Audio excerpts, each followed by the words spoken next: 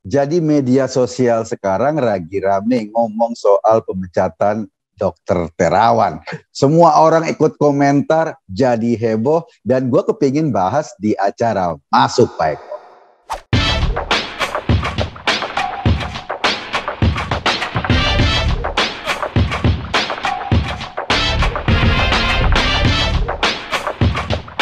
Masalahnya begini, kemarin ketika ada Muktamar ID di Banda Aceh, ada satu keputusan penting yang bikin heboh seluruh Indonesia. Muktamar itu menyatakan dengan tegas, Dokter Terawan dipecat sebagai anggota ID. Orang-orang bereaksi, ribut, dan kemudian berbagai spekulasi bermunculan.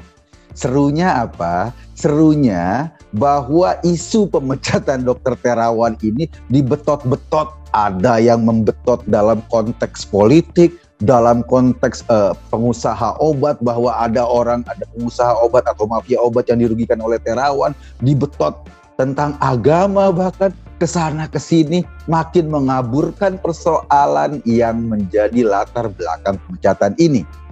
Gue ingin gambarin sedikit begini.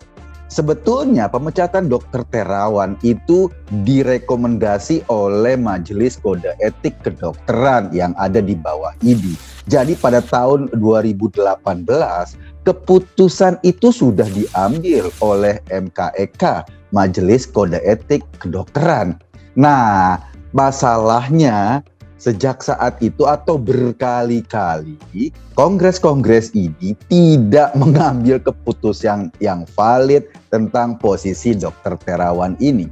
Waktu Menteri Kesehatan sebelumnya, ketika rekomendasi pemecatan Dokter Terawan ini sudah dikeluarkan oleh ID, Menteri Kesehatan kemarin masih agak adem-adem saja merespon soal ini, seolah-olah seperti mengulur waktu.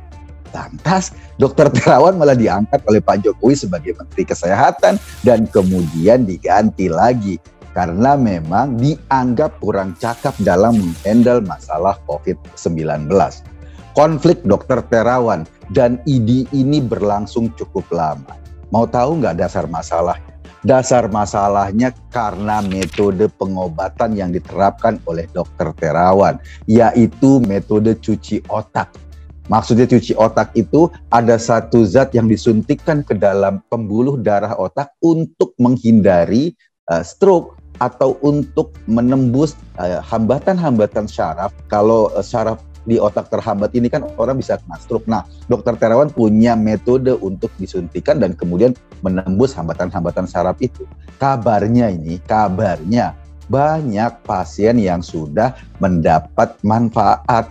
Apalagi pasien-pasien Dokter Terawan itu juga pejabat-pejabat tinggi. Gue sebutin ya, selain ada Pak Abu Rizal Bakri, ada Pak Mahfud MD, mungkin juga beberapa petinggi di DPR juga merasakan pengobatan dari Dokter Terawan. Dan selama ini mereka oke saja, nggak masalah dengan metode pengobatan itu.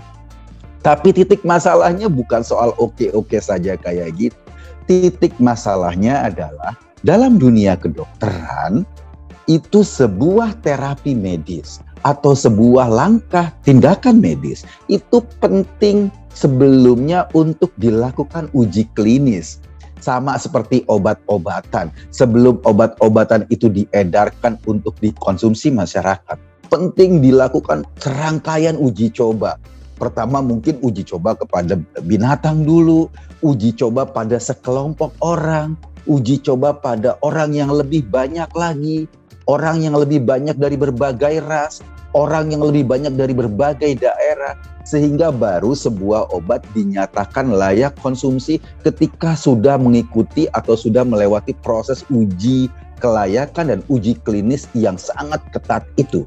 Itu metode dasar kedokteran. Nah, masalahnya metode terapi Dokter Terawan ini kabarnya dilakukan belum melewati proses uji coba yang sangat ketat, sangat strict, sangat detail itu. Wajar sih. Dunia kedokteran kan dunia kesehatan. Ini berkenaan dengan nyawa manusia. ini berkenaan dengan kehidupan manusia. Jadi nggak sembarangan sebuah penemuan langsung diterapkan kepada pasien-pasien. Sehingga ada aturan-aturan ketat yang harus dilewati. Masalahnya, kabarnya, ketika dokter Terawan dimintakan keterangan atau uji ilmiah terhadap metode terapinya, dia kabarnya loh ya, tidak memberikan penjelasan memadai, tidak memberikan penjelasan yang cukup tentang metode cuci otaknya itu. Itu yang kemudian membuat para begawan kedokteran di ID akhirnya mengambil keputusan bahwa metode ini mestinya jangan diterapkan karena belum melewati uji klinis yang pas atau uji klinis yang ketat. Itu menjadi titik persoalan.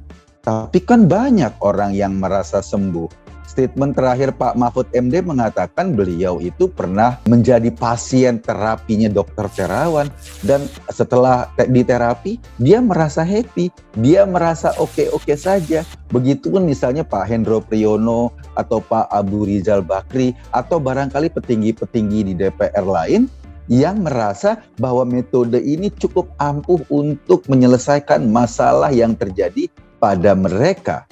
Jadi banyak yang bilang bahwa ini kok metode oke-oke saja. Iya, tapi masalahnya dalam dunia kedokteran, sebuah keputusan atau kesimpulan tidak bisa diambil dari testimoni pasien. Testimoni pasien itu adalah bagian, tetapi tidak bisa menjadi rujukan penting untuk mengambil sebuah kesimpulan apakah metode ini sesuai dengan kaidah-kaidah kedokteran, kaidah-kaidah medis, atau ini baru coba-coba. Kalau baru coba-coba, tentu saja tidak bisa diterapkan secara umum.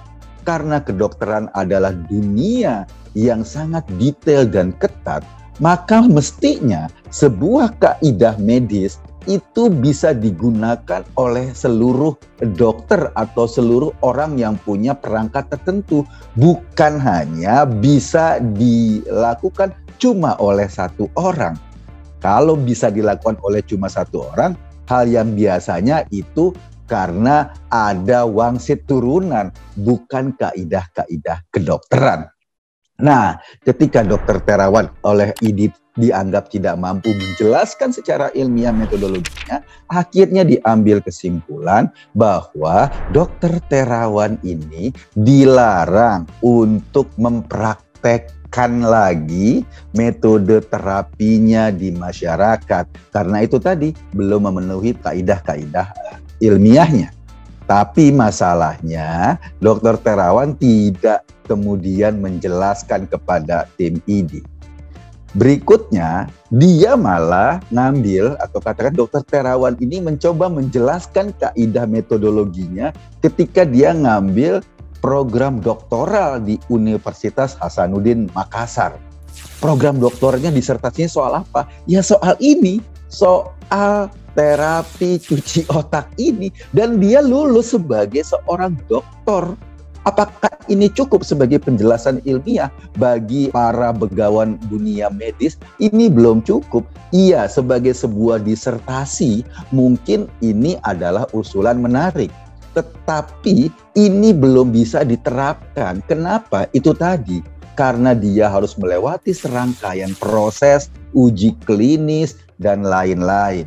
Itu yang belum dilewati. Karena itu semua belum dilewati, maka akhirnya Dokter Terawan dipecat dalam muktamar ID di Banda Aceh kemarin. Gua heran. Ini dulu ya, kayaknya ID nggak pakai nama muktamar. ID dulu pakai nama kongres. Sekarang organisasi itu pakai nama muktamar. Mungkin ID mau ikut-ikutan kayak NU atau kayak Muhammadiyah pakai muktamar. Atau ID yang sekarang sudah hijrah.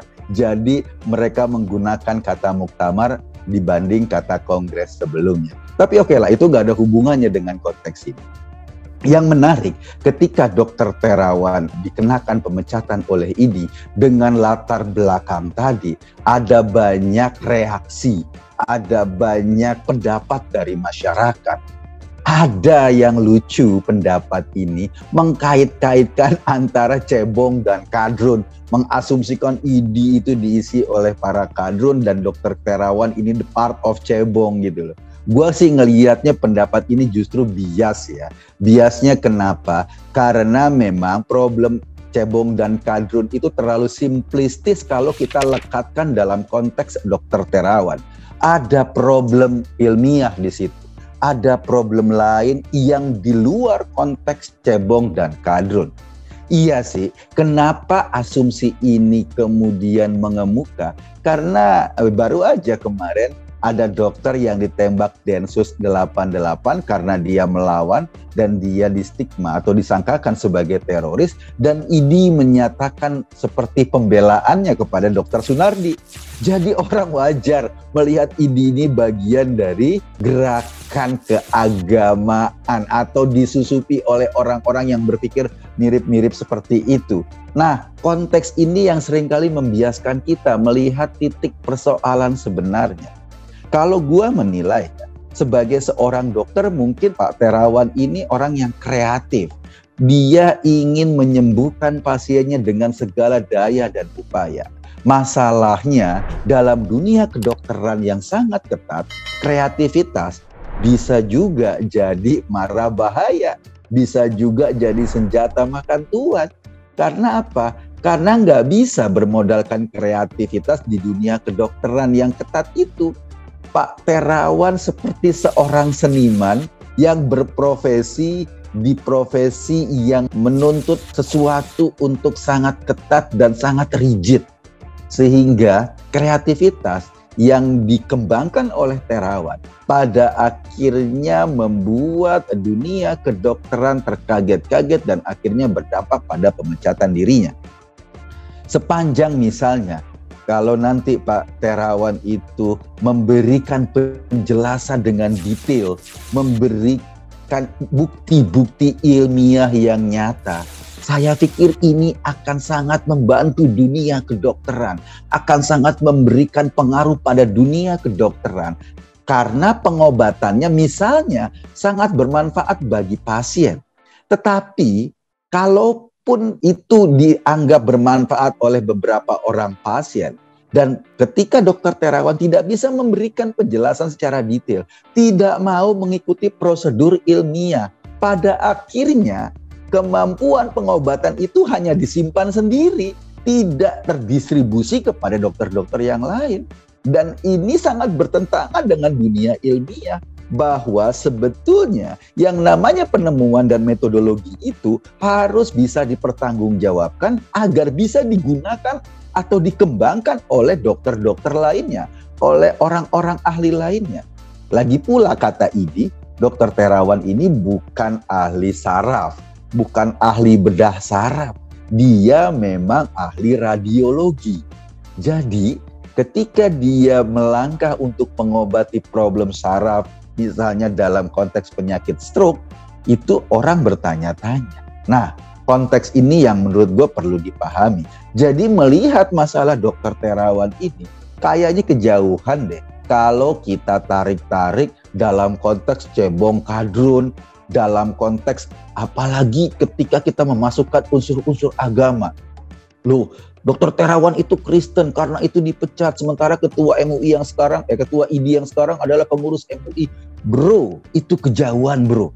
Bener, itu kejauhan ketika lo harus membaca masalah ini dari kacamata yang salah. Pada akhirnya lo mengambil kesimpulan yang salah. Gua harus akui bahwa dunia ilmiah, apalagi dunia kedokteran, membutuhkan jalan yang sangat ketat, membutuhkan jalan yang sangat rigid. Agar apa? Karena ini berkenaan dengan nyawa manusia. Gua nggak membela konteks ID di sini. Aneh juga kalau kemudian langkah yang diambil sedemikian drastis seperti itu. Apakah nggak ada forum pengadilan ilmiah atau forum diskusi ilmiah agar Terawan bisa menjelaskan metodologi ilmiah? Kalau Pak Terawan nggak mau menjelaskan metodologi ilmiahnya kepada dunia kedokteran seperti yang disangkakan ID, itu artinya Pak Terawan agak egois. Kenapa egois? Karena dia hanya mau membekap pengetahuannya sendiri. Ada dua kemungkinan. Pertama, dia egois, nggak mau bagi-bagi ilmu kepada yang lain. Nggak mau dokter-dokter lain bisa menelaah konsepnya, metodologinya sehingga bisa dikembangkan. Yang kedua, nah ini dia yang kedua. Mungkin saja memang proses atau langkah-langkah uji klinisnya belum dilakukan dengan matang. Masih ada yang bolong-bolong di situ sehingga tidak bisa dijelaskan dengan baik dan mungkin ada peluang untuk ditolak oleh ahli-ahli kedokteran yang lainnya. Nah, jadi maksud gua, mari kita lihat problem Dr. Terawan ini sebagai problem konflik profesi. Konflik profesi kedokteran. Nggak ada hubungannya sama cebong kadrun, nggak ada hubungannya sama politik-politikan itu, apalagi berhubungan dengan tarik-menarik kepentingan agama. Kita bisa mengkritisi ID yang membela Dr. Sunardi kemarin. Kita bisa mengkritisi ID dalam konteks yang lain, misalnya dalam hal-hal yang lain. Tetapi kita tidak bisa mengkritisi dalam artian melihat ID sebagai organisasi yang melulu dalam kacamata yang terlalu hitam putih, ada cebong, ini kepentingan kadrun yang kemudian memecat Dr. Terawan. Itu terlalu berlebihan menurut gua. Dan Dr. Terawan itu dia berprofesi sebagai dokter. Dia beda sama Mbak Rara yang tidak perlu menjelaskan metodologinya ketika mau memberhentikan hujan di Mandalika. Beda. Tidak perlu ada sebuah organisasi untuk minta penjelasan Mbak Rara bagaimana hujan bisa berhenti. Nggak penting. Kenapa? Karena memang cara kerjanya tidak membutuhkan rasionalitas seperti dunia kedokteran. Tapi bagi dunia kedokteran, cara kerjanya membutuhkan rasionalitas, membutuhkan pikiran-pikiran yang jernih, membutuhkan metodologi agar bisa dikembangkan, agar bisa diterapkan dalam konteks yang lainnya, sehingga dokter-dokter lain bisa menerapkan. Mungkin ya, ini mungkin. Terawan adalah seorang seniman yang berada dalam profesi yang sangat ketat, sehingga kadang-kadang sifat kesenimanannya itu mengganggu dia, itu jadi hambatan bagi dia. Sama seperti kemarin ketika dia ingin bikin vaksin Nusantara. Padahal kan itu sebetulnya bukan vaksin, itu terapi detinrik. Jadi bukan vaksin seperti yang digembar-gemborkan. Nah, ketika Pak Terawan menjelaskan bahwa ini vaksin, akhirnya apa? Akhirnya terapi itu tidak bisa digunakan atau tidak bisa diizinkan oleh BPOM. Kenapa? Karena itu tadi tidak melewati kaidah-kaidah uji klinis yang tepat. Jadi bukan cuma karena soal uji terapi cuci otak saja. Pada konteks vaksin Nusantara pun, pada kasus vaksin Nusantara pun ternyata BPOM juga tidak memberikan rekomendasi keberlanjutan vaksin ini. Kenapa? Ya itu tadi, karena tidak mengikuti prosedur-prosedur yang tepat.